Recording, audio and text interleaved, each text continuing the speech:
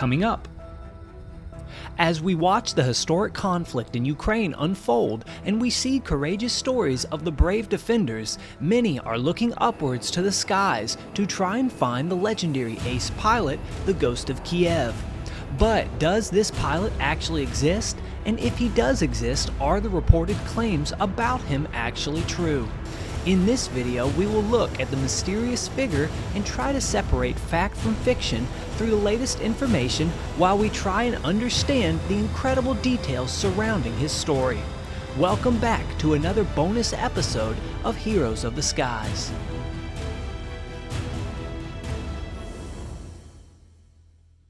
Hey guys, TJ here, and yesterday I posted a video on the Ghost of Kiev, the Ukrainian fighter pilot who has supposedly become the 21st century's first fighter ace after downing 6 Russian aircraft. Now, after that video received 300,000 views in the first 24 hours, I figured you guys would probably like an update with some more information. So, while I don't have a MiG-29 in my back pocket to show you guys, what I do have is an F-15 Eagle, which is essentially the United States equivalent to the MiG-29 fighter. Both of these aircraft are jet fighters that are essentially from the same time period. Now, they may not be perfect equivalents, but they are comparable aircraft. The F-15 that you will see behind me here actually entered service in 1974. The MiG-29, which is supposedly flown by the Ghost of Kiev and much of the Ukrainian Air Force, entered service in the early 1980s. This does show how outdated some of the fighter aircraft that are being flown by the Ukrainian Air Force truly are, especially when compared to some of the top-of-the-line Russian fighters that they are going up against. Now, while I did say that I don't have a MiG-29 in my back pocket, I do in fact have a MiG-17 in my back pocket, as you can see behind me. Now, the MiG-17 behind me is a much older aircraft. This particular fighter was manufactured in 1953. The MiG-29, on the other hand, didn't enter service until 1980, but I'm sorry, on short notice, this is the best I could do.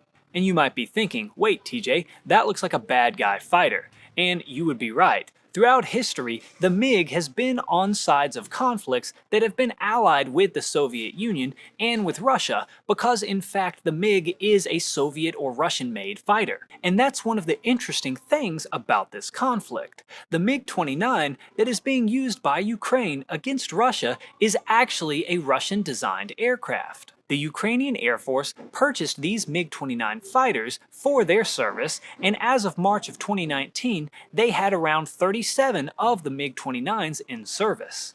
Now, there have been a lot of conflicting reports that have recently come out of Ukraine.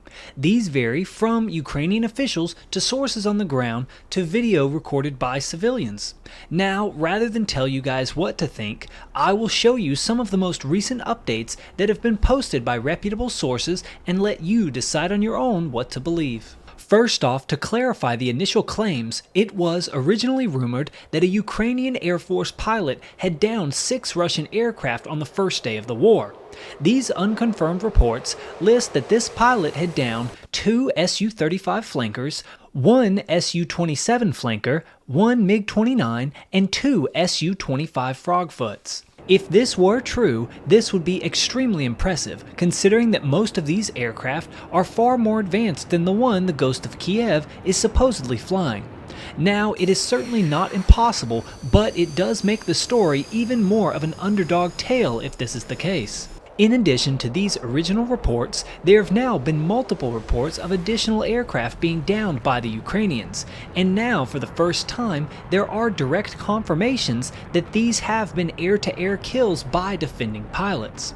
One of these was recently found out to be an IL-76 transport plane that had a large convoy of Russian paratroopers on board.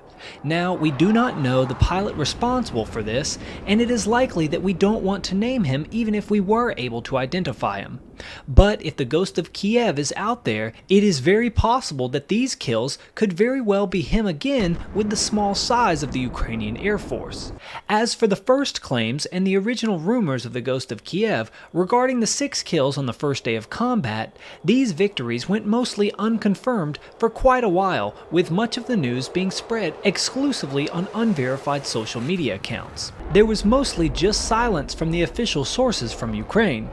That is, until over the weekend when one of the first officials from the defending country appeared to confirm speculation by posting this tweet featuring an image of the elusive ghost of Kiev. This tweet was actually from former Ukrainian President Petro Poroshenko, which seems to be by far the most reputable source we've seen. Then, following this, the Ukrainian Minister of Defense, as well as the official Twitter of Ukraine, also posted tweets appearing to confirm the existence of the legendary pilot. The tweet reads, 6 Russian planes shot down in 30 hours. This is the result of high fighting skills of a Ukrainian fighter pilot. Glory to the defenders.